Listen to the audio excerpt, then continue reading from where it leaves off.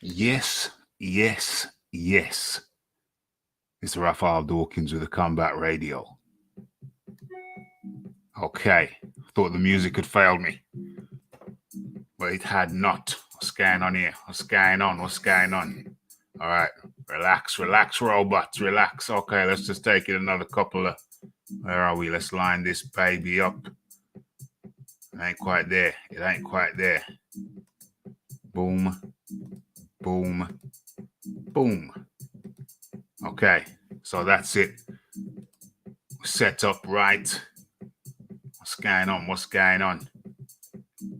Okay, let's fix the screen. There we go. Okay. And let's what else? We got the music right. We got the screen right. Damn. So I got a late notification. Rick's just trying to come in here. Hold on. Let me stop sharing that. There you go. You see Rick is scrolling. So Rick's trying to get in, but with that white screen right there, I know it ain't going to happen. It ain't going to work. Hold on. He just sent me a message. What's this here? We'll check the old devices tomorrow. Cool and the gang. Cool. Nope. Ain't working for him. It ain't working for him. His devices ain't working for Rick. OMG. Most unfortunate. Cool and the gang. Let me just send him a quick message and the gang. Boom. Okay. So, message sent. Okay. OMG.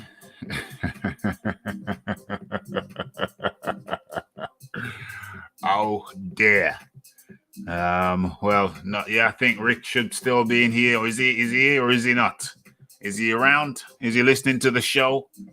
Is he listening to the show or not? I have no idea. But if you are, Rick, hold on a second. He just sent me another message. You're about to commence with the show either way. Dead, and that won't go through either. OMG. I don't know what's wrong, says Rick. He's having some real bad technical difficulties. Let me just send him a little joke. Anything to do with Trump's loss? We gotta laugh it off. Anything to do with Trump's loss? Has he sabotaged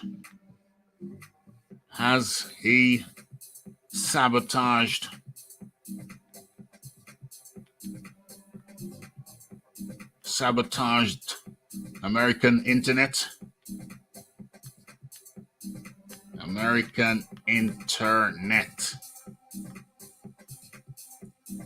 Did he even build a wall? Okay, we're going to crack on with the show. Let's close those messages down and let's get into it. What's going on here? There's lots of activity. Okay, so we're going to have to rejiggle, reshuffle. Okay, so it's an open link now. Okay, so unfortunately, Rick can't make it. His devices ain't cooperating. Okay, maybe he should. Maybe I'm gonna have to get with him and tell him how to. I'm gonna have to look at some setup. I did advise him on some previous setup, and he went a different direction. I did advise him on an optimal setup, and he went in a different direction. Didn't listen to the Rafi, and now he's having problems. Should I listen to the Rafi? Okay. Never mind. Okay, Rick, I don't know if you're listening, but if you are, then on behalf of the Raphael Dawkins Combat Radio Nation, we wish you your devices a speedy recovery, and we wish you and your good lady wife very happy Christmas. Very happy Christmas holidays. Okay, let me change the screen. Stop sharing that and let's start sharing something different, shall we? And let's crack on with the show. Can't say that Rafi didn't try. Tried to get Rick in, but like I said, I did give advice on what an optimal setup, and he went in a different direction, didn't he? Now can't help. Should have listened to the Rafi. Never mind. Okay. Sometimes you just got to learn the hard way. Okay, maybe I'll talk to him tomorrow. See what I can have a second go with regards to optimal equipment and setup. Okay, but anyway, can't delay, can't tarry, can't mess around anymore. We've got to get straight into it. Let me just acknowledge the good people up in here. Aaron Daly, can't wait for this. James Jameson up in the building. And where we at? Rumors. The EUSSR. What's the USSR? Something to do with Europe. Blockade has affected Rafi's avocado supply. Damn. I do actually have an avocado in the fridge that I must utilize at some point, sooner rather than later. Okay. Hang tight, guys. Rick's phone is playing up again. Okay, we've been through that. Our technical team are working hard to get the plane. It says plan, should have been plane, off the landing strip. Transmission shall begin any moment now. Well, it's begun. We, the fans, will wait for as long as is needed. Many questions for the Rick this week. I know. It's terrible. We're gonna have to have a little meeting tomorrow and come up with some alternative strategies, so we can get over these problems Rick's having. Hopefully, he listens to me this time around. Hopefully, he listens and takes counsel. Okay. Well, I wasn't notified. They are usually pretty good with this channel. Damn, what they're playing at. Just got the notification this moment. Well, actually, everybody just check your subscription status. Make sure that you've hit the bell. And if you have hit the bell again so it comes off, and hit the bell again so it comes back on. You get that? Hit the bell again so it comes off, and then hit the bell again so it comes back on. Okay, reset your shiznicks. Truffles from Brussels are on hold for the time being whilst we deal with the lockdown. Dame. Yeah, absolutely. Happy Christmas to one and all from the Raphael Dawkins Combat Nation. Cal L up in the building. 100%. Good evening, Earthlings and Rafi. More calling awesome.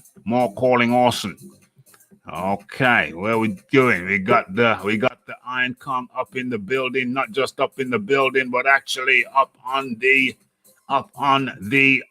what do you call this thing? The panel. We got the Iron Kong. How do you do? Hey Rafi, all good, man. How you doing? I'm good, man. I'm good. Got technical issues again over there in the United States. I don't know if it's anything to do with Trump, but I don't know if Trump's interfered with the internet as he's going out. But second week on the row, Rick's equipment has failed him. OMG. Okay, I'm gonna have to have a little chat with Rick during the week. Where are we now? Wednesday. Gonna have to have a little technical chat with him. Tomorrow, what's that? Thursday, Christmas Eve. Okay, yeah, maybe find some time. Anyway, don't have to do it tomorrow. We've got a few days. We've got the weekend to sort it out. But yeah, should have listened, Rick. You should have listened when I told you the optimal setup, my friend. Should have listened. You should have listened. Now you're gone and bought another thing, and the thing ain't working clearly and obviously, my man. You should listen to the Rafi when I'm talking about technical advice. Please, please, please. She's biz up in. We're gonna get into it in a second, Iron Kong. We got some nice topics to get through. She's biz up in the building. Big up to the chat. Okay, you want me to tweet the big McDonald? He could he could seal the, what does he say? He could seal the team Google. Yeah, he needs some Google seals, whatever it is. I can't imagine having to buy an avocado from a store. Damn. Iron Kong's rubbing it in. He just goes into his back garden, picks it off the damn tree. OMG. That's Caribbean living for you, folks. That's Caribbean. That's right, isn't it? That's right, isn't it, Iron Kong? Yeah, I was like, yeah. And if my tree not bearing, there's always a lady on the street selling avocados from the table. So 100%. I understand. Like, if it's you gotta go to the store and get an avocado. I'm like, for real?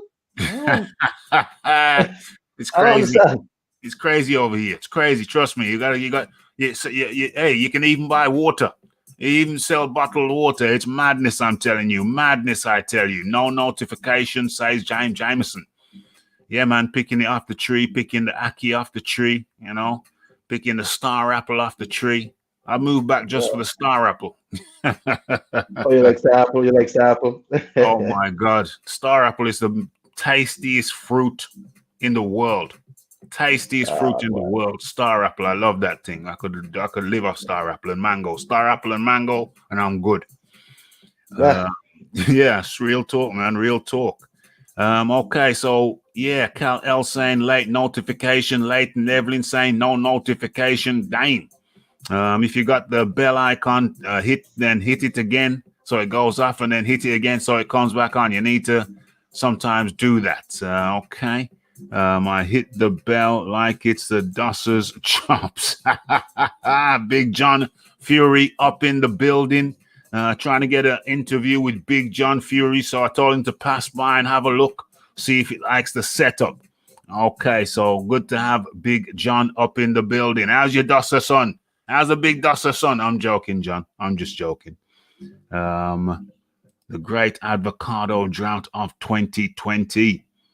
The only thing I can pick from my garden is worms, says Leighton Heffley. Okay. DJ Georgie Porgy up in the building. Okay. They also sell umbrellas. I was soaked at work. It's been raining over here, high winds. It's wintertime. Very, very wet. Car windows steaming up. Damn.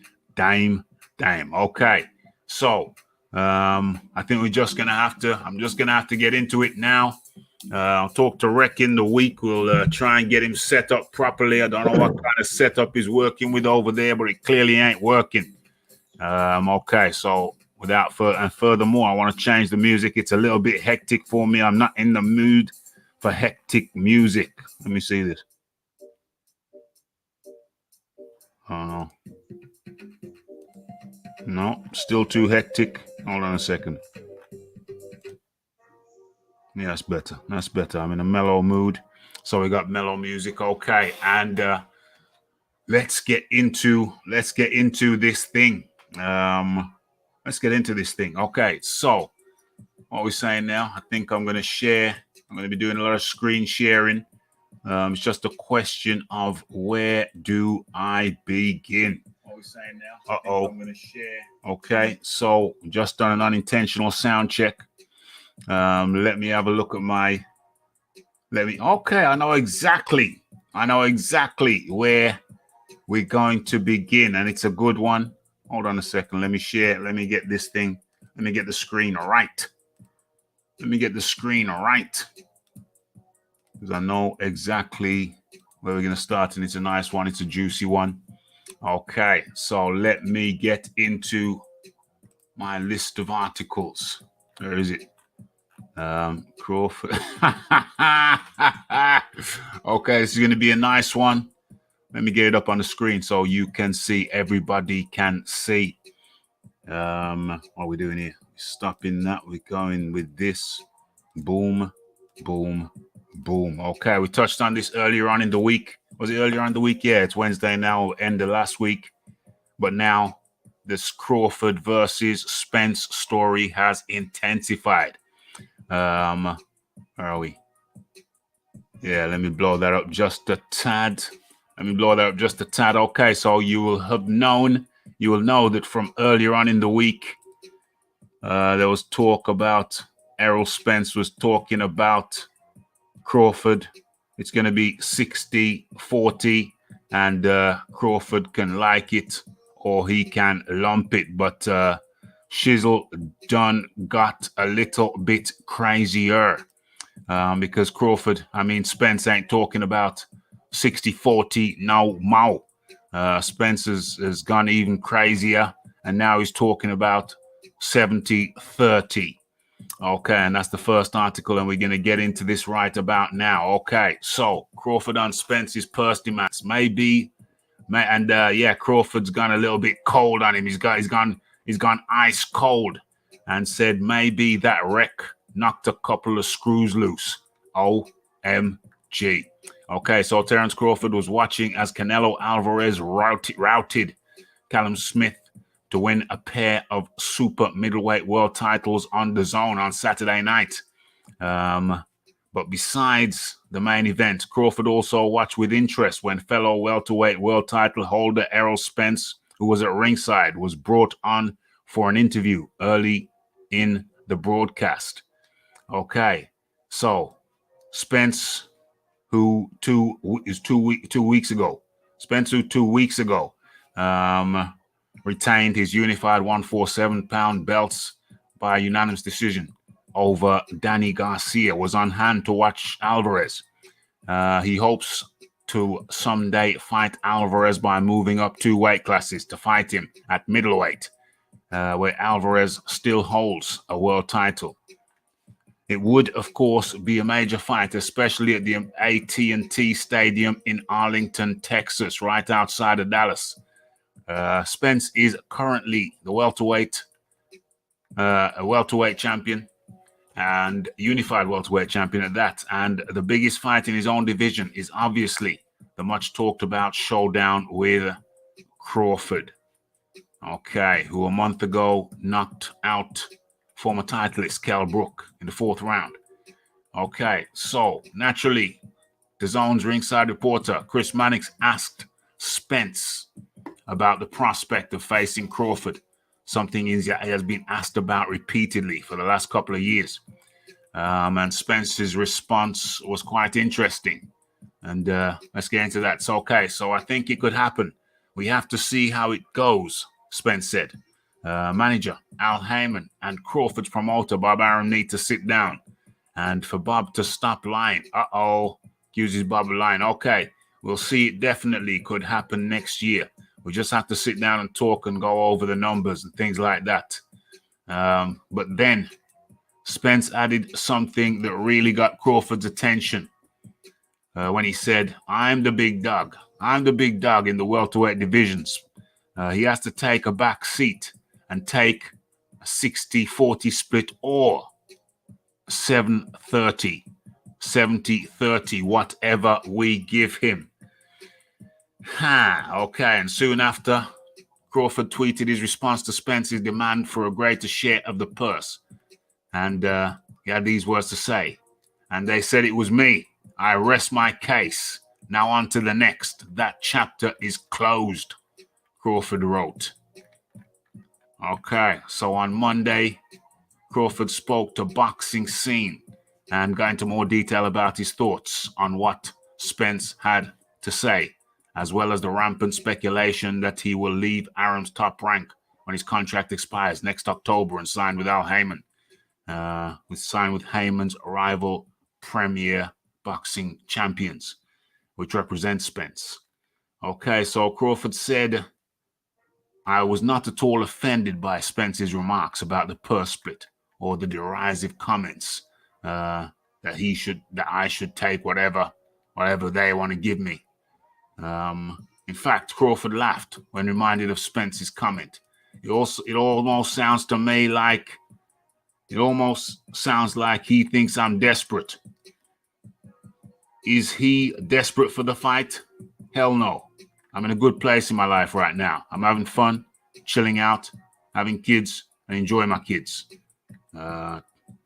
Crawford, whose wife gave birth to their sixth child, a girl, Trinity Crawford, last week. I don't worry about things I can't control. I mean, like everybody, I've always got an opinion, and I just laugh. A lot of the opinions that people come forth with, I just laugh like this guy is on his high horse. Maybe that wreck knocked a couple of screws loose. Yeah, that's on him. That's how he feels. Listen, if the fight happens, it happens. If it don't happen, then it don't happen. I don't know what he's going to do or what his plans are, so I can't speak on it. Talk is good. I don't know what him and his team's agenda is. So, I can't speak on that. You already know, whatever. And then it carries on and on and on. But to me, it's just totally ridiculous. It's clear that Spence don't want the fight. He's talking about 70-30, 30% for Crawford. Pound for pound best, pound for pound 1 or 2 or 3, definitely up there on the top of the pound for pound list. And Spence clearly does not want to get in the ring with him, and it's very, very sad. I think what was it, something like it was 50-50 against Porter, or 45-55, something like that. But Spence is only worth 30%. It's a clear. It makes me sad to say because I kind of like Spence, but it's very clear at the moment that Spence don't want none. He just don't want none. Iron Kong, what do you make of this latest development in this shiznix? The boy a duck. Spence is a duck.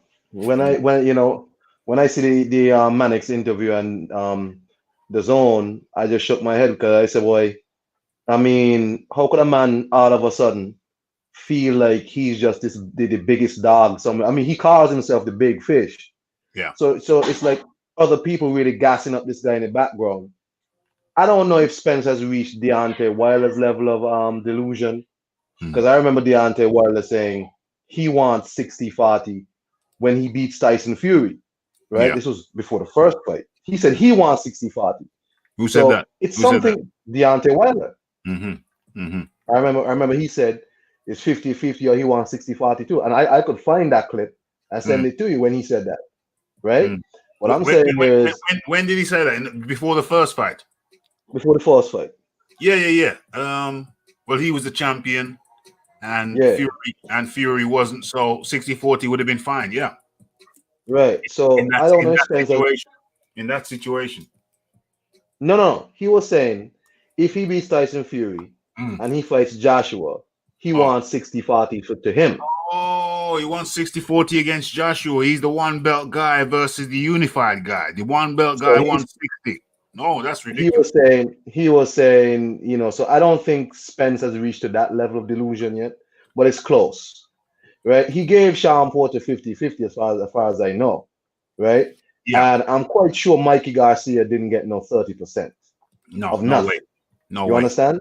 No way. So so nobody could tell me, Terrence Crawford, who is undisputed this and all of that in lower weight classes, and Mikey Garcia wasn't none of that. Sean Porter wasn't none of that. But this guy with all his accolades, right? Number one pound for pound on many lists, right?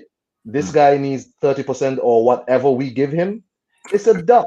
It's really ridiculous, and it just kind of, this is the way all these PBC guys are. PBC guys project themselves to be bigger than they really are, and that's something that they've perfected. So people just work out, if you're a PBC guy, somehow you just valued more. Right? Jamal Charlo thinks he's valued $20 million to fight Canelo. You have people like Spence 70-30 or whatever. You have people like Adrian Broner, give me $10 million to fight. Keith Thurman, give me 10 million to fight. It's really crazy, right? These guys just feel like I'm with PBC and I'm bigger than I am because that's the best way for them to get clout. Just project that you're bigger than you really are. Errol Spence ain't no big star. No. I'm 200,000 views in. I'm a pay-per-view star. Man, be quiet. Yeah, it's very sad. It's very sad. It's very sad. It's a clear duck. You don't. It's very clear now. Crawford don't want nothing to do with. I mean, Spence don't want nothing to do with Crawford. He don't want none. He don't want none of it. And it's very, very sad. But what can you say? The guy don't. The guy don't want none. It's clear as day. It's clear as day. Spence is ducking. Clear as day. Okay, so that is that. What is that? Spence says Crawford can take 30%. Most unfortunate, most ridiculous. Okay, let's move it along. Okay, Raphael, was Smith really injured through a muscle tear, or was Hearn just doing damage control? No, we saw Smith leaving the ring and rubbing his arm. It was swelling up during the interview. And now the word is that it was a partial bicep tear, and it looks like it because it was bunching up. So I do believe that Smith suffered a partial bicep tear. But regardless of which, Eddie Hearn says it wouldn't make any difference. It wouldn't have made any difference because there was just such a gulf. There was such a gulf in class. Did you see the arm swelling up, Iron Kong? I did. I am just surprised that Callum Smith was so woefully unprepared. So just his inability to make any sort of adjustments in that ring was really shocking, Rafi. Like really, really shocking. And his coach didn't seem to have a clue what to do. Callum Smith might really just be. I mean, I think Callum Smith was lucky that better people were not in the World Boxing Super Series. Yeah. I think he's lucky. Yeah. Because he might not have won that. That's unfortunate. Yeah. He's a good fighter, but clearly there was a big gulf. There was a big gulf in ability. There was a big gulf in quality. Let me see if I can do something on the fly right now. Because I saw something. I just remembered I saw something on Twitter. If I liked it, then I can retrieve it.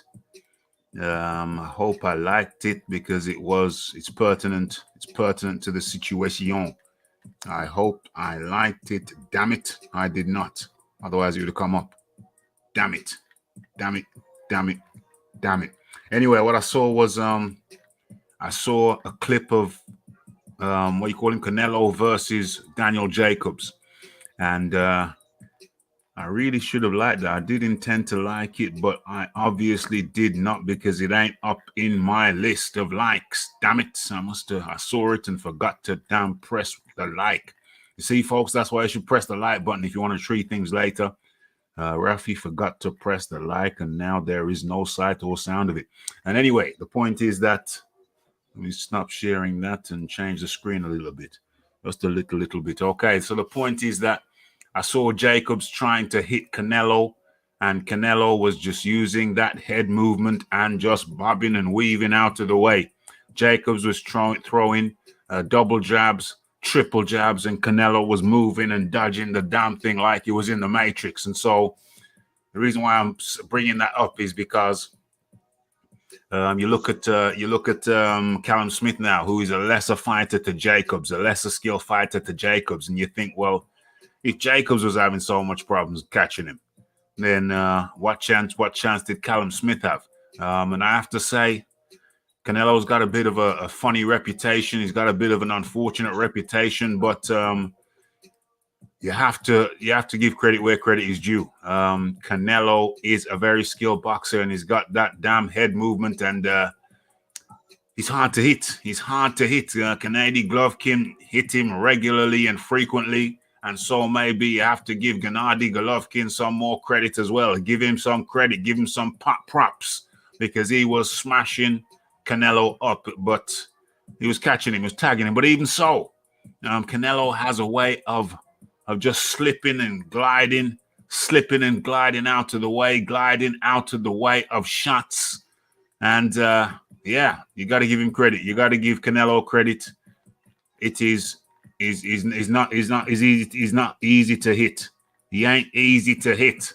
And so you have to look at Callum Smith as well and say, well, damn. Yeah.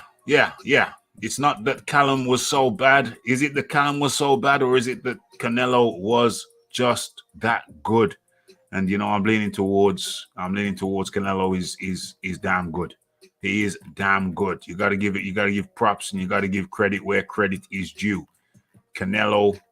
Let me see if I can find that clip. Let me just do it real quick, real smooth. Like, what you got to say about that, Iron Kong? Canelo, is Canelo just that good that people can't touch him? Is that what it is?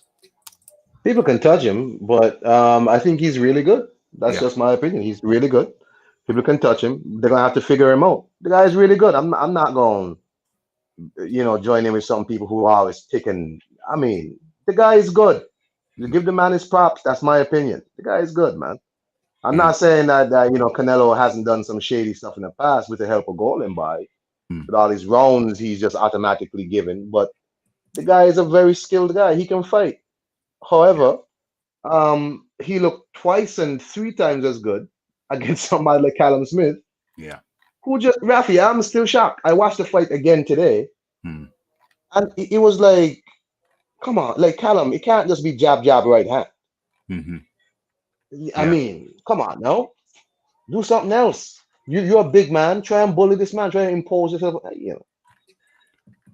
Canelo was just too good for him. Yeah, man. Canelo way too good, man. Just way too good for him. That's the long and the short of it. Canelo was just too good for him. And Callum Smith was all out of ideas and all out of luck. So that's the story. That's the story of that. So yeah, I think it was a legit Crawford KO Spence mid-round. Crawford KO Spence. Yeah, well, especially now after the accident, because I don't know about you, Iron Kong, but what do you call him? Spence looked diminished in his comeback. A lot of people. I was on a live show. And people were saying, "Oh, he looks good." Some people, half of the people saying, "No, he looks good. He looks good now. Spence looks good." And I was saying during the live, I was saying, "Hold on, listen. He don't look as he looks diminished. He looks diminished." And by the end of the show, everybody's in a happy mood, and I kind of forgot about that. But in reality, Spence was keeping his hands up super high, keeping them mitts up around his ears. Almost as if he knew he had to be extra careful, and he got rocked a few times. He got rocked and wobbled, and I think so. The question is, do you think Spence is diminished after the crash? I do. I think he's diminished after the crash. I think so.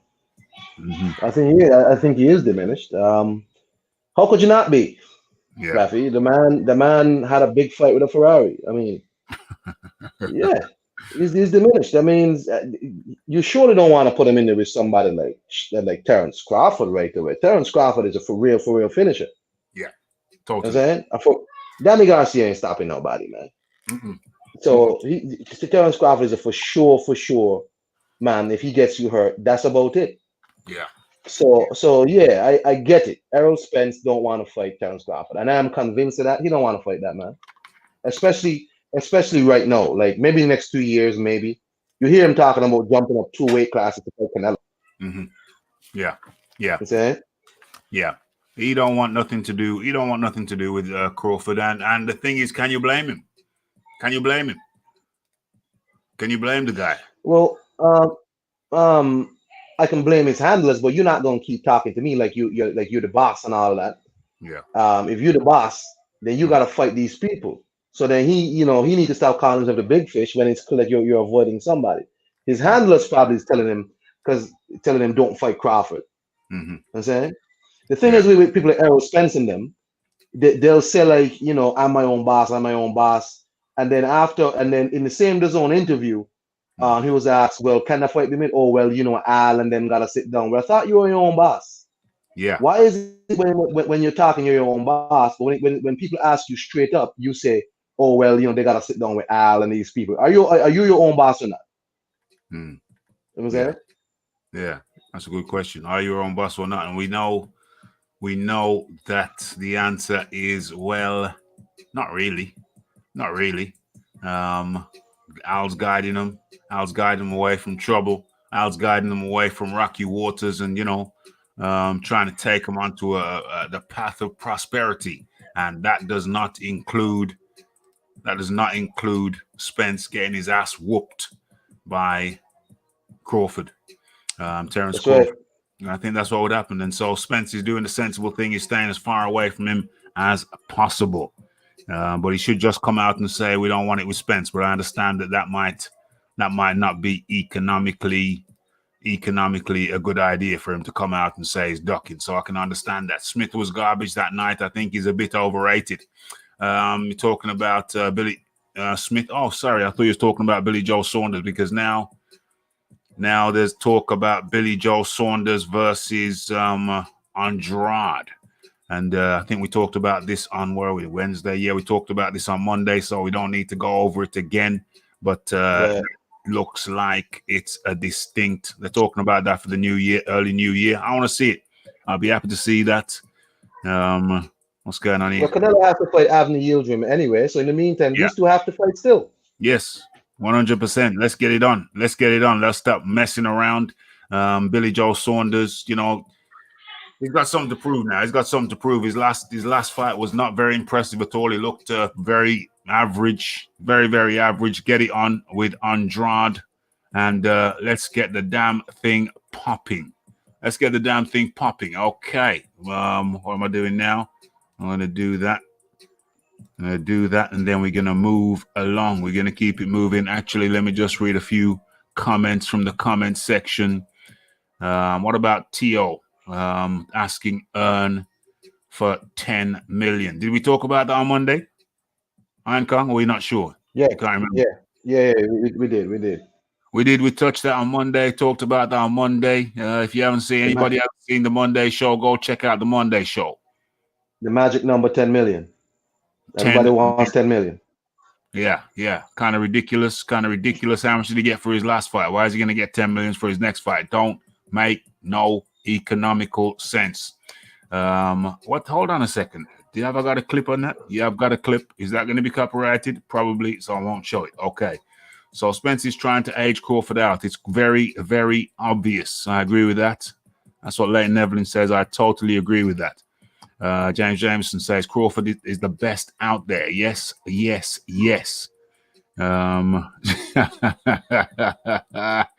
Okay. So did Eddie push Smith? Did he push Smith? Smith wanted the fight. Eddie didn't push him. Smith pushed Eddie. Eddie didn't push Smith. Smith pushed Eddie.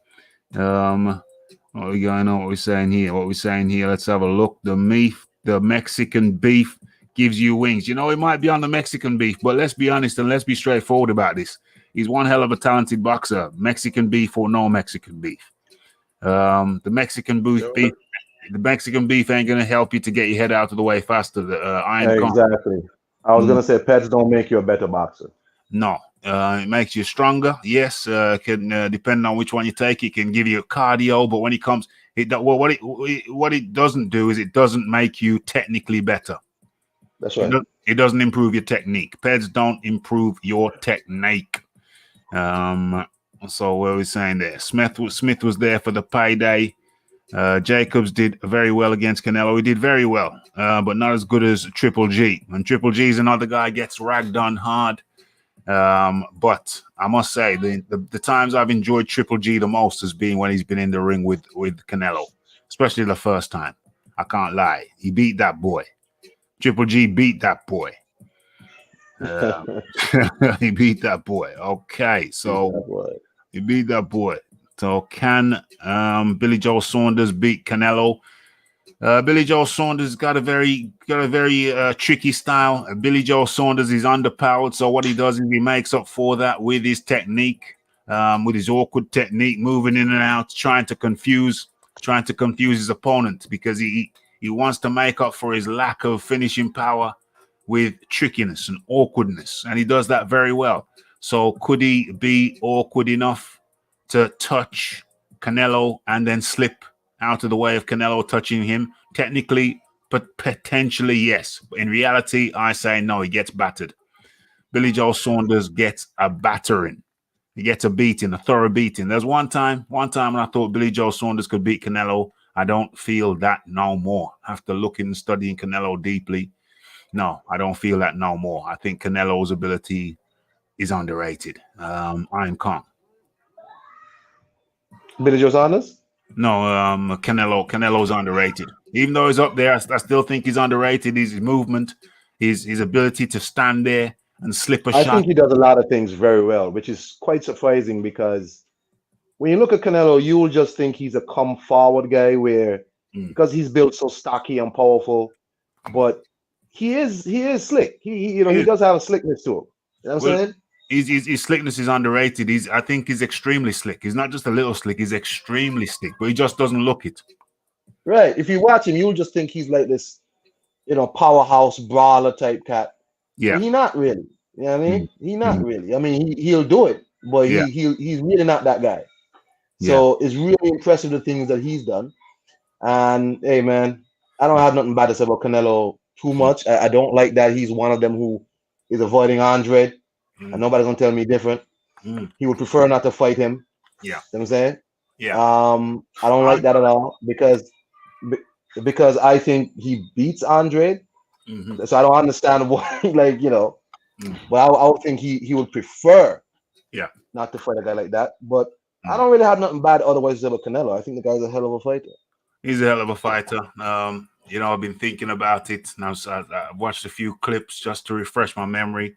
And he's a hell of a fighter. I think even I may be guilty of underrating him. But when I've seen a few clips, looked at a few clips, dug up a few clips, and he's more evasive than even I realized. The guy is super, super evasive. He doesn't look it. He looks like he's right there. But the way he rides a shot, the way a shot's coming in and the way he turns away from it and then counters. To be honest with you, something, I have to say it is a thing of beauty. It's tainted by the Mexican donkey meat. That kind of clouds the water, but let's not get it twisted. He's an excellent fighter. Leighton Evelyn says Spence is scared that Crawford will knock his false teeth out. Yeah, knock his false teeth out, clean out of his mouth into the second row. Where are we at there? What's happening to Warrington? Josh Warrington? I don't know what's going on with Warrington right about now. Canelo's on those old Finders lasagnas. Underrated. Saif Bud says underrated. He's I think I have underrated him. Let's get it clear. I think I've underrated him. I know what's the number done? Cancel that. I know he's a hell of a boxer, but really, when I look at the nuance, when you take some time out and you look at the subtle nuances, I may have underrated the guy. Looking back, I pulled up some clips of him and studied him a bit deeper, and I think that he's generally his evasive skills. Let me clarify that his evasive skills are somewhat underrated. The guy's way more when you watch him properly and deeply. His evasive skills are underrated. Okay, so as we move on, we're not here for a long time. We're here for a good time. Let me share this with you as we keep it moving. Okay, so I think this guy here, not everybody knows about him, but his name is, hold on, let me make sure I'm sharing. Okay, I am. Okay, his name is Hiroto Kyoguchi. And you're saying, well, what about him, Raf? What about him? Well, he's just signed. He's a Japanese boxer, and he's just signed a multi-fight deal promotional deal with Matchroom Boxing. Okay, so he's been long one of the sport's best kept secrets, Hiroto Kyoguchi, and he's now poised to introduce himself to a wider audience. The two-weight division reigning junior flyweight titleist from Japan will now fight under the Matchroom Boxing banner, having signed a multi-fight promotional deal. I am confident that I will give it my all and show honor in this sport as a proud Japanese world champion, says Kyoguchi, when he announced the signing in a statement announcing the signing on Wednesday today. So it's fresh off the press, folks. Hiroto Kyoguchi, who is a reigning flyweight titleist champion from Japan, signed with Matchroom. Okay, so Kyoguchi has been out of the ring since a 12-round unanimous decision win over his countryman Hishada for the second defense of his 108-pound crown last October in his birthplace of Osaka, Japan. Plans were in place for the 27-year-old from Japan, a former strawweight champion, who became a double division titleist in his 12th pro fight, to next defend versus Thailand's Simstri, only to test positive for COVID shortly after weighing in for their eventually cancelled November the 3rd fight title bout in Osaka. Okay, so it's been a frustrating year for the charismatic boxer whose previous efforts to return to the ring were thwarted by the ongoing corona pandemic. Kyoguchi's career is now back on track, armed with two of the biggest power brokers in the sport today, in the form of Hearn and his manager, Eddie Reynoso. That's right, Eddie Reynoso, the same guy who was the trainer and manager of none other than Canelo Alvarez. Okay, so he says, I'm looking forward to a long and successful relationship with him and his manager, Eddie Reynoso. Who said that? Who said that? Who said that? That's Eddie Hearn said that. As we continue our global expansion, we welcome our first Japanese world champion to Matchroom and look forward to our first show there, or it's over there in Japan in 2021. I look forward to a long and successful relationship with him and his manager, Eddie Reynoso. Okay, so Kyoguchi represents the first major titleist from Japan to sign with Matchroom Boxing. He's also the first Asian boxer to sign with Reynoso's No Boxing, No Life Management. Okay, as you all know, Reynoso is best known for his work with the pound for pound king, Saul Canelo Alvarez. Okay, so the article goes on. So Kyoguchi's official debut under the Matchroom banner will be announced in the coming weeks. So that's one to look out for. Hiroto Kyoguchi, and obviously, I think we're going to be seeing him on the zone. That's my prediction. So yeah, that's one to look out for. Hiroto Kyoguchi. So that's one from Japan. That's Eddie Hearn's first Oriental champion on Matchroom. Iron Kong. Man, I hope Eddie Hearn can actually pull off all the stuff he's talking about, because he signs a lot of fighters, right? Yeah. And I'm just really hoping that he has the ability to give these people the attention that they need, because you can't just be running around setting up everybody. Mm-hmm. You know, he wants to do a show in Japan. He has Italy. He has Spain. All of this. But I mean, really, you know, just how thin is he going to spread himself? I hope something comes of it. That'll be cool. Yeah, I mean, I wouldn't mind seeing some shows in Japan. Well, it's done. It's a done deal. It's a done deal. He signed. No. That's cool, but I'm saying like I'm hoping that he can actually pull off this Japan show and all of that because he has fighters that he always complains that I gotta find slots for these people. It's tight. Is this? It's that. No, I understand the Japan signing because the zone is big in Japan. Yeah. Right. So I get that. Mm. Right. That's a big selling for them because they have programming over there, all of that.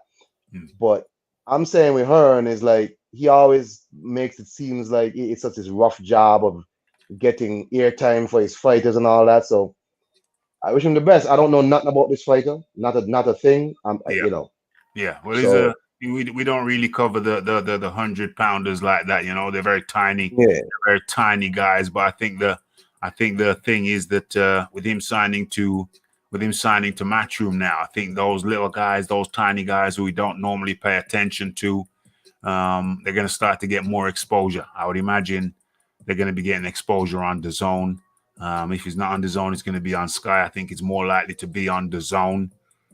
So yeah, we're gonna, you signed up to the zone now. So what I'm saying is the reason I'm doing this story is because everybody who is now signed up to the zone is going to be watching this guy very, very shortly. Definitely.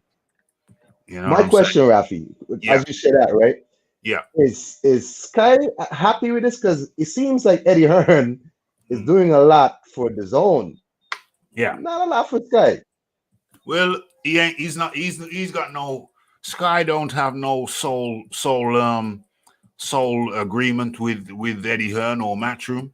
They don't have no exclusive agreement. So Eddie Hearn can take his the product. No. Sky, I mean, he don't have no exclusive deal with Sky. He can bid for a fight for the zone as well as give it to Sky. Do you see what I'm saying? So yeah. There ain't no exclusive. There ain't no exclusive. I mean, Anthony Joshua is exclusively with Sky. He's with Sky, primarily with Sky, but in the UK, exclusively with Sky in the UK, but abroad, overseas, Joshua can fight for different, for the zone overseas. They'll put a bid in. Sky can put a bid in, but really, Joshua is exclusive with Sky in the UK, but overseas, no. You know what I'm saying? He can go on. He can fight on the zone overseas for overseas territories. So yeah, that's the best way I can describe it. Are Sky happy? I would imagine they're not doing cartwheels. They can't be doing cartwheels, but it's market forces. You know what I'm saying? Who's got the bread? Right. Yeah, so I think that's how it's going down. I expect to see Hiroto Kyoguchi on the zone. Obviously Japan, the zone is in Japan, etc. Warrington got X-Can, Zucan next. Okay. Canelo's skills have developed quite well since his loss. Absolutely. He's learned a lot from his loss to Mayweather. Back in the Dizay. Lisa Bayliss up in the area. Tone up in the area. Saif Bud up in the area. What's this going on here? 2-weight world champion. Okay. 9 KOs. Yeah. Look forward to seeing Hiroto. Although even though I don't really tend to watch them guys, but Eddie's broadening our palettes. Gonna have him on Sky, so who's not gonna watch? You're gonna just have a little glimpse. You're gonna have a little look, see who's this cat, what's his style, what's his skill levels. Okay, so when are you having another? Joe Gilgardi, when are you having another debate with El Jefe? Joe Gilgardi's like a broken record. Like another guy who we know who's like a broken record. Okay, say no more. Okay, what's going on? Finished all my Christmas shopping. Yeah, I did the bulk of it today. running around like a blue ass fly. Yeah, I think I've got it. I've got pretty much done the bulk of it. Okay. So what's going on here? What have we got going on here? Just scrolling through the chat. R.I.P. Frankie. Yeah, Frankie Randall passed away today. R.I.P. Frankie Randall. Where are we? Frankie Randall, 3-time champion who handed Julio Cesar Chavez his first loss, dies at the age of 59.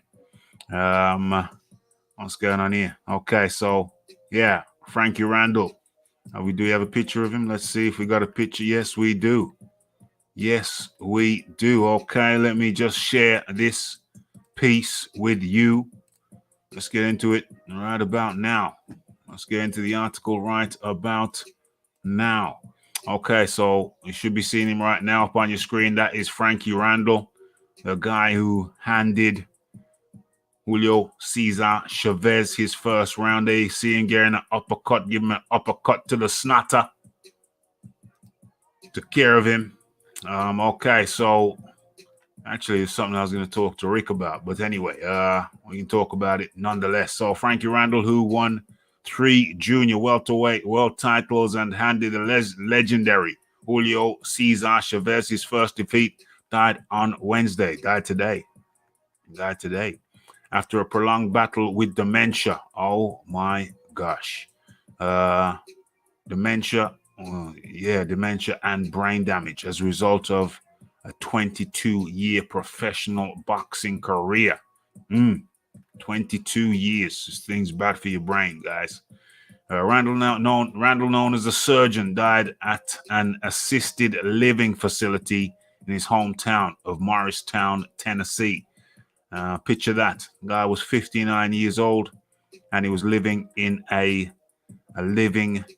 assisted living facility. That's sad. That's very, very sad. Okay, so Aaron Snowell, who trained Randall in his heyday, announced on social media that he had gotten word that Randall's death from his son, DeMarcus Randall, writing that the Lord has called him home. The surgeon is operating in heaven with the Lord. May God comfort the family through this hard time. Peace and blessings be with the Randall family. R.I.P. Very sad story. The guy was only 59, living in an assisted living facility. Boxing took its toll on his brain. But I think born in Birmingham, Alabama, and orphaned at an early age. Randall went on to become a top amateur boxer and then boxed professionally from 1983 to 2005. He fought much of his career for the promoter Don King and faced fighters such as the former world title holders Edwin Rosario and Freddie Pendleton twice each on the way up. But it was Randall's stunning split decision triumph over Mexican legend Chavez to win the WBC Junior Welterweight World title in the main event of the grand opening card at the MGM Grand in Las Vegas that he was most famous for. Chavez was 89-0-1 at the time and an 18-1 favorite heading into the January 1994 Showtime pay-per-view headliner. But Randall knocked Chavez down for the first time in his career with the right hand in the 11th round, and was also aided when referee Richard Steele penalized Chavez 1 point in the 7th round and another point in the 11th round for repeated low blows.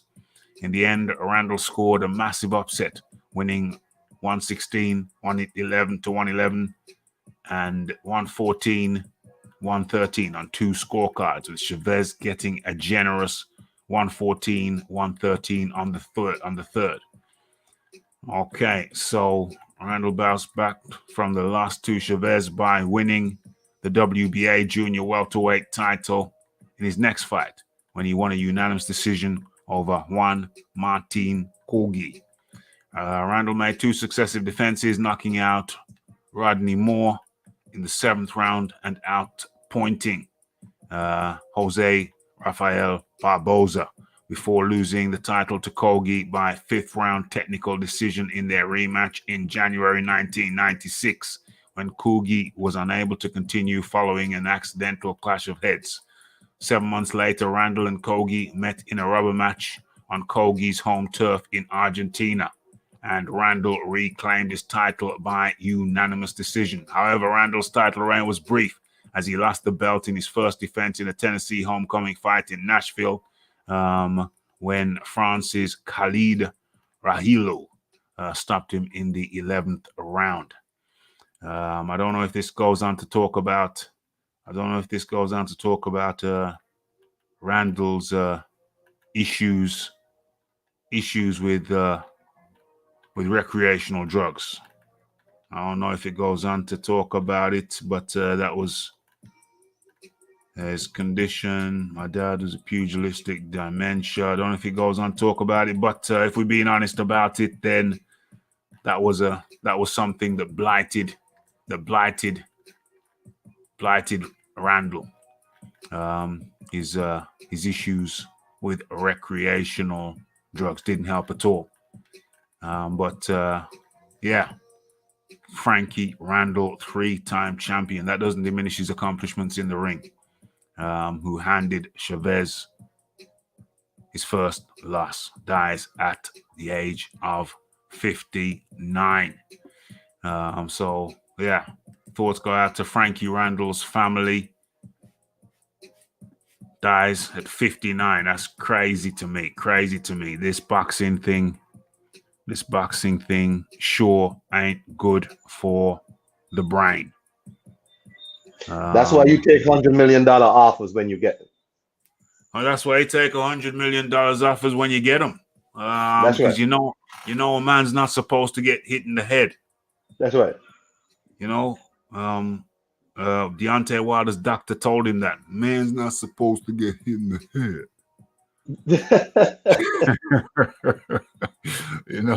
So that's why, and if it's 120 million, even more so. You don't skin up your teeth and mess around and say, "Oh, you don't know if you're not sure. You're gonna live to rue the day." Okay, so has anyone signed on to DAZN? Absolutely, signed on the first day. $199. You can't go wrong. Obviously, it's gonna go up as time goes by, but $199. You can't go wrong. What's going on here? Don't sleep on. Okay. Matchroom have Sky. Eddie has an exclusive with Sky. Eddie Hearn can take fights and put them on DAZN. Eddie Hearn can take fights and put them on DAZN. This guy in England? No. Overseas, he can put him on DAZN. Overseas, he can put him on DAZN. So he ain't tied to he ain't tied to Sky overseas. He's tied to Sky in the UK, not overseas. Hey, yo, Rafi, let me ask you something. Yeah. Whatever happened to this guy, Isaac Chamberlain? Well, I mean, he just kind of went away after a while. Like, is he retired? What's up with that guy? Isaac Chamberlain is like Isaac Chamberlain. I mean, is he not retired? Is he not retired? I thought he was retired. Let's look him up. No, like the guy who fought O'Coley? Yeah. I'm looking him up right now. Isaac Chamberlain. H-A-C-H-A. Isaac Chamberlain. Let's look. I don't know. Is he even fighting still? Let's have a look. See what's going on. He kind of fell off the face of the earth. Paste, and that kind of leads us into Isaac Chamberlain. Boom. Where is he? Is that him? No. Oh no, there's a different guy. There's a different Isaac Chamberlain. There's two Isaac Chamberlains. There's He an fought American. Okoli. Which one are you talking about? Isaac Chamberlain, he fought Lawrence Okoli. The Lawrence Okoli guy. No. He's still very active.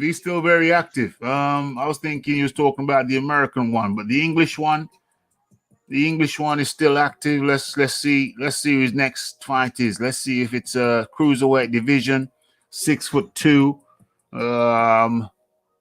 Where is he? Born, 26 years of old. No, he's still very active. What's going on here?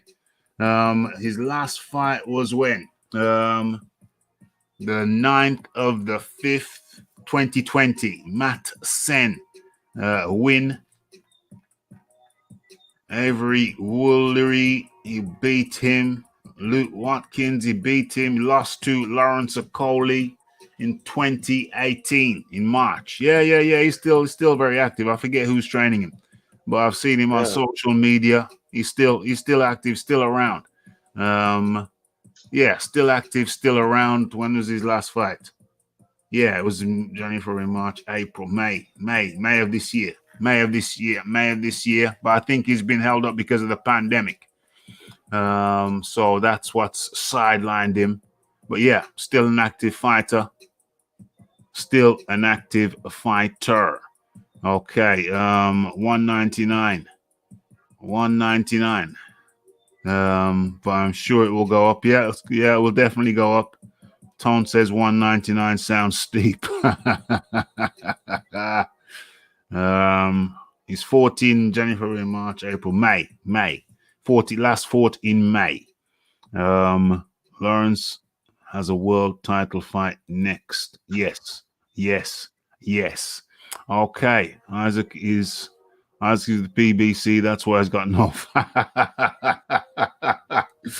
Oh my gosh. Okay. So let's keep on moving. There's more stuff to get through. Let me look at the thumbnail. That'll tell me what I haven't touched yet. Teofimo Lopez. We already touched on him. Crawford, we touched on him. Crawford, Devin Haney, Teofimo, Devin Haney, Teofimo. What is there left to say about Devin Haney, Teofimo? I think we kind of said it. 10 million, said it on the Monday show. Okay, let me just touch it again here. Okay, so the 10 million request, the 10 million that Teofimo and his dad said that they want is pie in the sky figures. It ain't happening. I don't even know if in the best of times Teofimo can demand 10 million. No. 3 million, 4 million, 5 million. I think that's his level right about now. How much did he get for Lomachenko? Maybe 3 million? 3 million? Yeah, it was talk about it. What, 3 million? Yeah, something like 3 million. So how's he going to treble that versus Haney? He got 1 point something. He got 1 point what? He got 1 point something because Lomachenko got 3 million something and took less to give it to Teofimo, so he got 1.5 guaranteed. Lomachenko. Wow. Okay, so let's just be blunt about it. The 10 million is pie in the sky. Not even going to get 5 million to fight Devin Haney. Let's just put that one to rest. Now I'd be surprised if he got 5 million. He ain't even getting 5 million. If he got 5 million, I would be exceptionally surprised. So let's just put that one to rest there. It's just nonsense talk. It ain't happening. Okay, so let me see what else I had.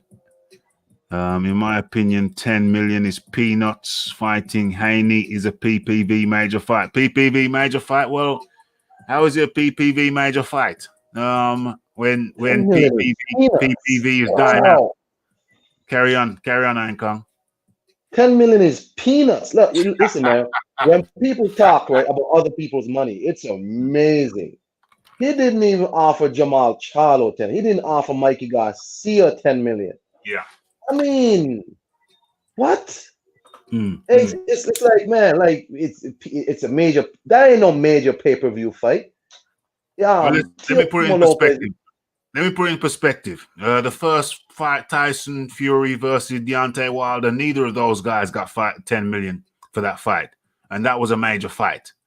Haney is not a major pay-per-view draw. Lomachenko is not a pay-per-view star as of yet. So that ain't no major pay-per-view. Just ain't. It just ain't. Fury and Wilder barely scraped 10 million together combined in the first fight. So that should give you some perspective. 10 million is just pure pie in the sky. Carry on, Iron Kong. Yeah, man. It's like, when people talk about other people's money, it's very easy to say, oh, that's peanuts. That's nothing. As if, like, people don't want to make back some money too. Teofimo Lopez ain't no huge pay-per-view star. Pay-per-view ain't doing nothing in America no more. And if he wants that kind of money, he's going to have to come to the zone. You think the zone's going to pay him 10 million or whatever for Devin Haney to go over to Top Rank to fight on ESPN pay-per-view? No, if you want 10 million, you got to come to the zone. And you're gonna have to fight for that. Yeah, 100%. And the zone don't do pay-per-view. Yeah, exactly. Thankfully. Yeah, thankfully. And it's funny that I mentioned Tyson Fury. Got a little funny story. Actually, do I go there now? Oh, I'm gonna get to Tyson Fury, Teofimo Lopez. Got Tyson Fury and Anthony Joshua in a second. But first, we got some news. We got some news on Joseph Parker. Joseph Parker is trainer Pat Barry says he expects a full house for the Junior Fire Showdown. Okay, so February the 27th is the date for the All New Zealand Showdown, pitting Joseph Parker 27-2 against longtime rival Junior Fire 19-0. The fight will take place at the Spark Arena in Auckland and will be streamed live in the United States and several other countries on DAZN. So that fight is on DAZN abroad. I don't know if Sky are picking it up. Is Sky going to pick it up? It won't be pay-per-view over here. It will be. Is it pay-per-view over there in New Zealand? Yeah, absolutely. That's how they're going to make the money, I would imagine. The 31-year-old Fire will be taking a big step up in class when he steps in the ring against Joseph Parker, who will be by far his most accomplished opponent in the professional ranks today. As some people will know, Fire went 2-2 against the former WBO heavyweight champion in the amateur system. And there is no love lost betwixt the two. Parker's trainer Kevin Barry says he expects Fire to enter the ring with a lot of confidence and expects a tough fight. Junior Fire is a big, strong guy who has developed his skill set over the last 4 years. He's being brought along well by his team, and with a 19-0 record and a number 6 ranking with the WBO, he has solidified his position as a real prospect in the heavyweight division. A time spent in training camp with Deontay Wilder has given him more confidence as he continues to move up the rankings, said Barry.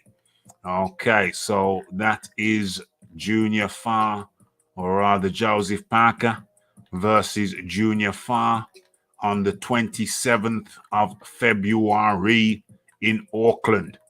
And I think I can share the pic of the two of them. I think at their press conference earlier on. Was it last month? Yeah, I think it was last month. They had a press conference together. Okay, so boom. On, let me drop down that Spence thing. That one is done. Let's delete that. Boom. Okay, so now let's get into my little story time. About. Let's stop sharing that. Let's get into my little story time about. Okay, so I was approached on a social media platform, and I was invited by somebody I didn't know. Into a group. Okay, so I got into the group, and It was quite an eye-opener. As a matter of fact, rat-tat-tat-tat, why don't I bring up the messages so I don't have to remember what was said? I can actually have them up on the screen. Where are we? Where are we? Where is it? Where is it? Where is it? Okay, let's go over here. Boom. Pending post was what's that? My pending post was declined by the not okay. Anyway, let's get over here.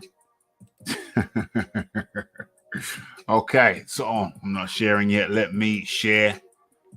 Let me share with you. Boom, boom, boom. Okay, open sesame. You probably can't see that too well. Let's bring it up. Let's bring up the sign so you can see it for yourself. Been some interesting debates going on over there. Where is it? Okay. Is this too big or is this visible? Is this visible? Where is it? Okay. Okay. So, thoughts on this is I was invited to this forum, to this group, and I don't know why, because they're writing some very interesting stuff which I really don't agree with. I don't know why I was invited over there. I don't know.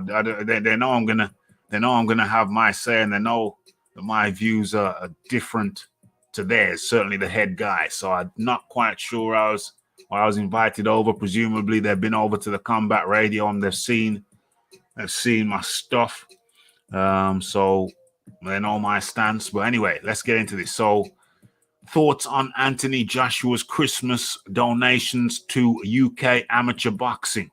Okay, so for those who don't know, Anthony Joshua has made a 2.5 million donation to UK amateur boxing when the government didn't give, when the government offered out stimulus package or gave stimulus packages to various different sports. They didn't give a penny to amateur boxing in the UK.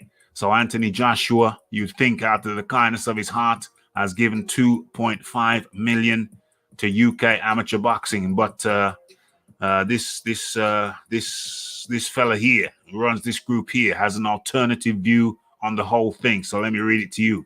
Thoughts on Anthony Joshua's Christmas donations to UK amateur boxing. My quick observations would be too little. Check it out. Too little, too late. Hold on. Too little, too late. As far as 2020 is concerned, Fury wins the heavyweight popularity contest hands down this year. The UK public at large are holding a grudge with Anthony Joshua's participation in the Black Lives Matter protest. So this fella is basically saying that Anthony Joshua was wrong to get involved with the Black Lives Matter protest. And I thought, what the hell? Why did you invite me into this group? What the hell is that all about? Joshua helped. So right there, you see that someone does something positive for the sport, and he gets criticized. He gets the word too little, too late. As far as 2020 is concerned, Fury wins the heavyweight popularity contest hands down this year. That's some real strange stuff. So obviously, the Rafi had to make some comment, and here it is. Too little, too late. I'm sure the recipients are appreciative, and if a certain portion of the British public have a problem with Joshua's community engagement, then they should have a problem with Fury's TLM, Travelers Lives Matter, March 2. And if they have a problem with one, but don't have a problem with the other, then who is really the problem? That was my response, and I posted up my live show titled Tyson Fury Leads TLM March, because you'll remember Tyson Fury was critical of Anthony Joshua for his engagement with the BLM, but then very shortly after, he led a march with the TLM. And I titled this piece, Tyson Fury Leads TLM March. Tyson, the contradiction, Fury, ? What's going on here? What's going on here? So yeah, 3 more comments. Roger Carter says BLM is a terrorist organization. That means they terrorize and harm people. Okay, so Raphael Dawkins responds, post up the link for that. Should be a good read. And Roger Carter comes back. All you have to do is read their homepage and take a look at what they say they have participated in the past year. See what happened under their banner. They are a terrorist organization with a politically correct name. It's there to see if you choose to. Oh, see more. Do you think there has to be a link for every thought a man can have? It is possible to draw conclusions and make decisions without a link. Okay, 2 more replies. Raphael Dawkins. Well, you said you drew your conclusions from their homepage, so clearly there is a link to that. The rest is supposition on your part. I also disagree that BLM is a politically correct name. It has drawn the ire of some. If you care to, what Roger Clark, if you care, you will do the research yourself. I did. Their webpage is public knowledge. However, they have tweaked it a bit since they were getting so much hate. The organization was founded by Marxists. That too is public knowledge. I never saw that one. That was new to me. Fury all the way for me after what Joshua did, and I was never a Fury lover before.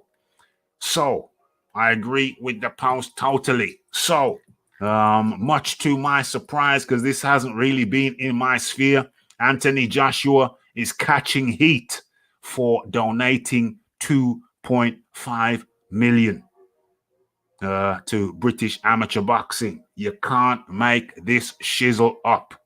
If one does something because one's heart is in it and one's intentions are pure, then the public can go hang themselves. It's not about their opinion anyway. Did I like that? Did I like it? I better respond to that now. Well said. Well said. Boom, boom, boom. Okay. So Anthony Joshua cupping heat for donating. People an individual trying to diminish it as being for popularity, when in reality, Anthony Joshua has donated. I'm not trying to put his name out there on Front Street. Anthony Joshua has donated to amateur boxing before, but then you get some people trying to minimize it and suggest it is for popularity. I find it quite astounding. Let me get back into this. Iron Kong. Are they sure they want to talk about what took place on the people's banners? Because these are white British men. Are you sure you want me, the descendant of people who were enslaved under the banner of the British cross, to talk about what has been done under whose banner? Let me tell you something. These people didn't like Anthony Joshua in the first place, right? And this just gave him another reason. Anthony Joshua had the nerve to be an uppity Negro. That's the problem. He had the nerve to say, support your communities, let your money circulate in your communities. And for some reason, when Black people speak up about supporting their communities and building up their communities, let their money circulate, a certain set of people have a problem with that. You understand? It's okay for there to be a little Greece. It's okay for there to be a Chinatown or a Japantown or Koreatown. But let a Black man say, you know what? Support your own place. Support your business. Oh, you're racist. You're racist. You're racist. How dare you say whatever? You're racist. So it can't be too bad that they're saying that there's this large public backlash for Anthony Joshua, because according to Mike Coppinger's sources, almost 700,000 people bought that pay-per-view to watch him fight Kubrat Pulev. Yeah. So it couldn't have been that much people mad at Anthony Joshua. These people who are talking are just idiots. They want something to say. They didn't like Joshua in the first place. And I agree with Anthony Joshua. Support your communities and let your money circulate to build up your communities. Yeah. You know, let the businesses thrive, then you wouldn't have so much social ills in these communities. But some of these people can't fathom that a black man who has such power. That's the other thing. Anthony Joshua has power. They don't like it. And for him to speak up, it means this Negro is getting out of line. I agree with Anthony Joshua. And let these guys in that group, as the other guys say, go hang yourself, bro. I don't know why they invited me. I really, it's. I'm going to stay though. I'm going to stay. Maybe his intention was pure. Maybe he's seen my lives and he knows that I can articulate. Articulate on that bullish. I'm looking for another because it's been a stream. I was quite shocked. I hadn't even heard those points of view. I haven't even heard those hateful points of view. What's going on? I haven't heard those points of view. I was kind of taken aback, taken by surprise. But I thought, okay, I can play with madness. I can play with madness. I'm looking for another one. And I'll get into the chat. Oh, okay. Let's go to another one from that particular group. I'm not trying to put the guy out there on Front Street, so let me move his name out the way and let me share again. This is a different one. I will get into the chat. After this one. But I just thought I had to share this. I hadn't been exposed to this nonsense. But let me share with you. Okay, can you see what I can see? This is going on out there. Let's go. Okay, so this is another one of the posts. Oh, it's getting interesting now. Joshua isn't giving up in popularity. What? Joshua isn't giving up in the popularity polls without a fight. Trying to tarnish. Let me highlight this. Joshua isn't giving up in the popularity polls without a fight. Trying to tarnish Fury's legacy by digging up dirt on the doping scandal. Tit for tat. What was the tit for tat for? Anyway, okay. Will Joshua ever be accepted as the British hero he once was again? Or does money cannot move out of the way? Get out of there. Or does money cannot buy love spring to mind?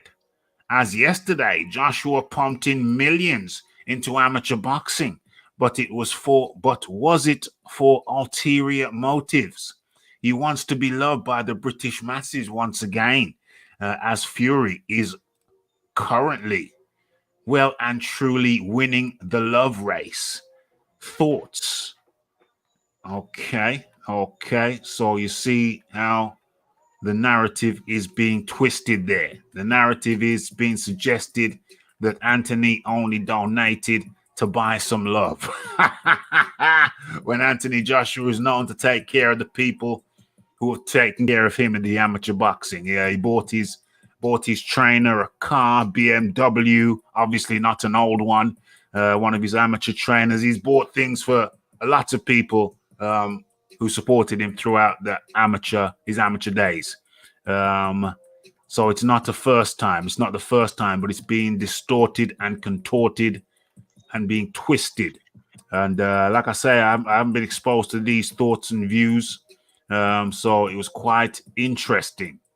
Anthony Joshua addresses Tyson Fury's failed drug test ahead of the 200 million mega fight. Okay, so let's have a look. This guy says they are both good for the sport on a professional level. We have got to try to reform the sport. However, Fury is, of course, aligned with ESPN. Blah, blah, blah, blah, blah. Okay, so that guy seems pretty sensible. What's going on here? What's going on?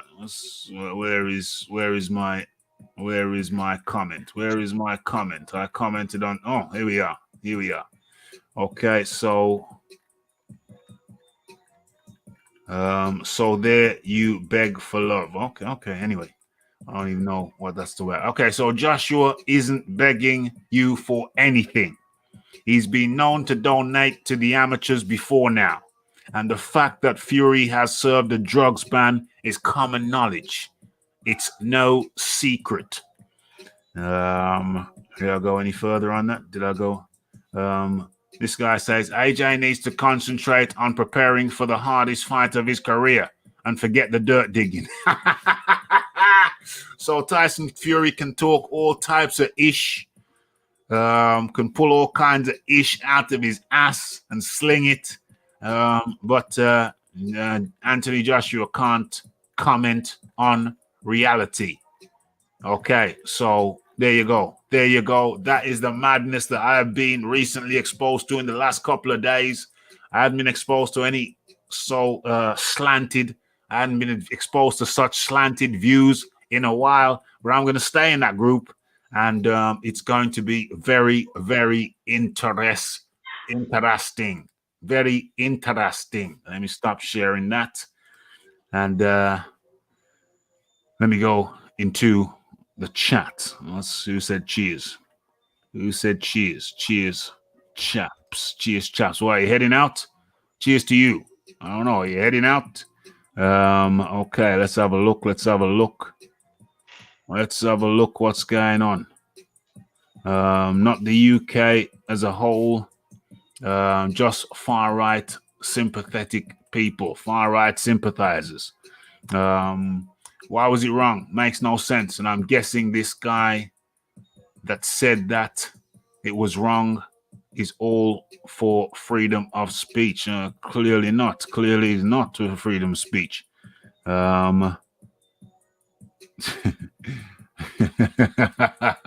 Has it been confirmed that Fury's purse has arrived at its designated charity?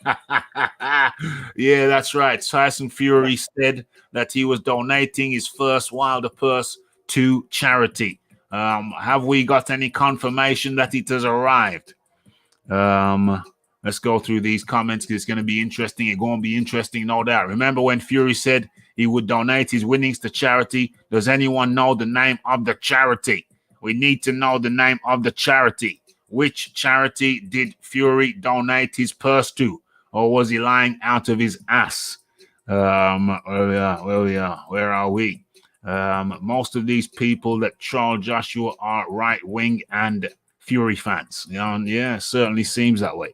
Certainly seems that way. The charity was the Furies. I think I might post up this section. In that chat that I just read, that Facebook chat. Marla up in the building. Most Fury fans are just bantering for fun. It seems like they seem bitter. There seem to be some sad people out there. Sad people out there. You can't give to where you came from. You can't give to the amateurs, the amateur system that brought you up. And we got people saying it's for a popularity contest. But what's that figure that you mentioned earlier on, Iron Kong? What's that figure for the Pulev fight that you mentioned earlier on? According to Mike Coppinger's sources, he said that approximately over 600,000 people bought the pay-per-view in the UK. How many? Over 600,000 people. Okay, bought yeah. the pay-per-view in the UK. And after it's all finished tallied, it could be up into 700,000. So it couldn't have been. It's not that. So $700,000 is a lot of people, right? Yeah. These people spent their money to watch Anthony Joshua. So these people and Tyson Fury still, up till now, hasn't put on a pay-per-view in England to see his popularity, to test his popularity. Why didn't he fight Ajit Kabayel in England and test his in a pay-per-view market in England to see how popular he really is? Yeah. Wanted to test the popularity. The gates, the live gates, the PPV numbers, all point to Anthony Joshua still being the number one draw in British boxing. So I try to keep my language clean over here, but I have to say it. Screw the haters. Screw the haters. Haters gon' hate. And that's what they do. That's what they do best. What's this? What's this up here? AJ. Let me get this clown. You see, you see, okay, I'm gonna have to speak on it now. Let me get this fool up out of here. First things first. Where is it? There we go. Let's get this fool up on out of here. Remove. There we go. That's beautiful. Okay, so I have to say this. Why my position is, and I think I said it in another post in that group. Why is it that what has he got to apologize for? What does AJ have to apologize for? I'll tell you what he's got to apologize for. He's got nothing. He's got nothing to apologize for. He said what he said. Support your communities, whichever community you come from. Support your communities. Support your community businesses. Keep the money circulating inside your communities for a couple of seconds longer than it already does. You know, because it's flying out. If the money's flying out to your community, then you are not nourishing or enriching your environment. You are depriving your environment of the opportunity to prosper. Therefore, think about your community businesses, your community, what do you call it? I think amenities, your community amenities. Everything in your community, everything that's good in your community, think about them and invest in them. Otherwise, you're just running down your communities. So yeah, it's just common sense. And so what? And then for someone to say he's got something to apologize for, to me, is utter poppycock.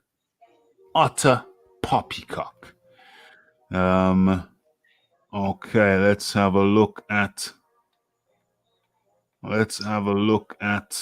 some of the comments in the chat. Where we at? Okay, so 700,000 K sales is about half what he does usually. The £5 price hike backfired. Well, this is not a normal situation. This is a COVID situation. Low scale fight, 1,000 people in attendance. And the opponent as well is a factor. People's income or lack thereof is a factor. So all of those things have to be factored into this thing. Plus, it's Kubrat Pulev, who people thought was going to show up and, get blown out, just show up for the money and get blown out in 3 rounds. Well, he almost did get blown out in 3 rounds. So all of those things are factors coming up to Christmas, etc., etc., etc. So those are all factors which you need to calculate in. Let's have a look because of his sponsorship. What's going on here? Joshua's got to be PC because of his sponsors, so you can't blame him for being clean cut. Can't blame him for being clean cut at all. What's going on here? Me too. Lived in the flats opposite the hospital. Went to Hackney Down Secondary School. Okay. Spot on. What's going on here? Pandemic didn't help. Not at all. What's going on? I agree. I think at this stage, the PC element is on the decline. What's going on? True, but Hearn was ignorant when he asked about the price hike and even a bit arrogant. He told people not to buy the PPV if they had an issue with the price hike. That's funny. Don't buy it then. Go buy Tyson versus Roy Jones Jr. at 4 a.m. Okay. Yes. Okay, so I think we've done it. Iron Kong, you got anything to add to that? Hey, sorry. No, man, I ain't really got nothing to add to that, Rafi. All I'm saying is the people who don't like Anthony Joshua never liked Anthony Joshua. They didn't have anybody else to hang their hat on in England. And when Tyson came back, and it's weird because these same people probably didn't even like Tyson Fury before. That's true. They didn't like him before, but just that he has the complexion for affection. And you know what? He'll have to do for now. So we're going to just hang on this dude Yeah. because he has the complexion. But normally, if Anthony Joshua went away, they wouldn't like Tyson Fury either. No, not at all, not at all. It's clear what's going on. It's a few fools. It's a few fools with big mouths trying to disparage Anthony Joshua. That's my finding. Yes. What time is it? 1 hour 40, 1 hour 40 deep, and I think that's good enough for me. That served the public. Combat Radio crew have had their Wednesday fill. What's going on here? They don't get it. You make tickets cheaper. AJ's his own man. AJ's his own man. AJ not corporate because he hooked up with Mayweather sponsors. Did not favor that move. I still think he's fine. Still think he's doing fine. But as for these people saying AJ needs to apologize, I say absolutely not. It's a few imbeciles. Talking out the side of their necks, as far as I'm concerned.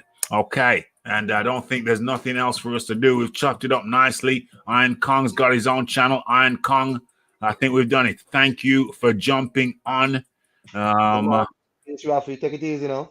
Much appreciation, Iron Kong. Much appreciation. I'll speak to you real soon. Okay, and then there was one. Yeah, we've done it. Chopped up multiple topics on the Ask Rick. I'm gonna have to get with Rick and try to help him out of his technical issues.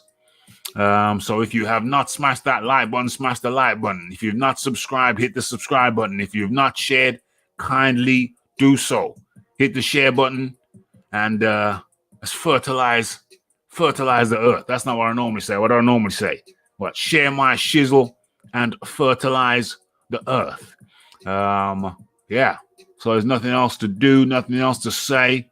What time is it? It is 22 minutes past the hour of 11 p.m. over here in the UK. What's going on? Peace out, Iron Kong and Rafa. Big up the panel. Lisa Bayliss. Yeah, good to have all of you up in here. Okay. It's Raphael Dawkins, it's the Combat Radio, it's the like, it's the subscribe, it's the comments, it's the shares. And it is the hitting the bell icon to stay updated with news and notifications. Don't forget about the live show. Don't forget to follow me on Twitter. It's the Raphael Dawkins, it's the Combat Radio. And we are out. Blessed.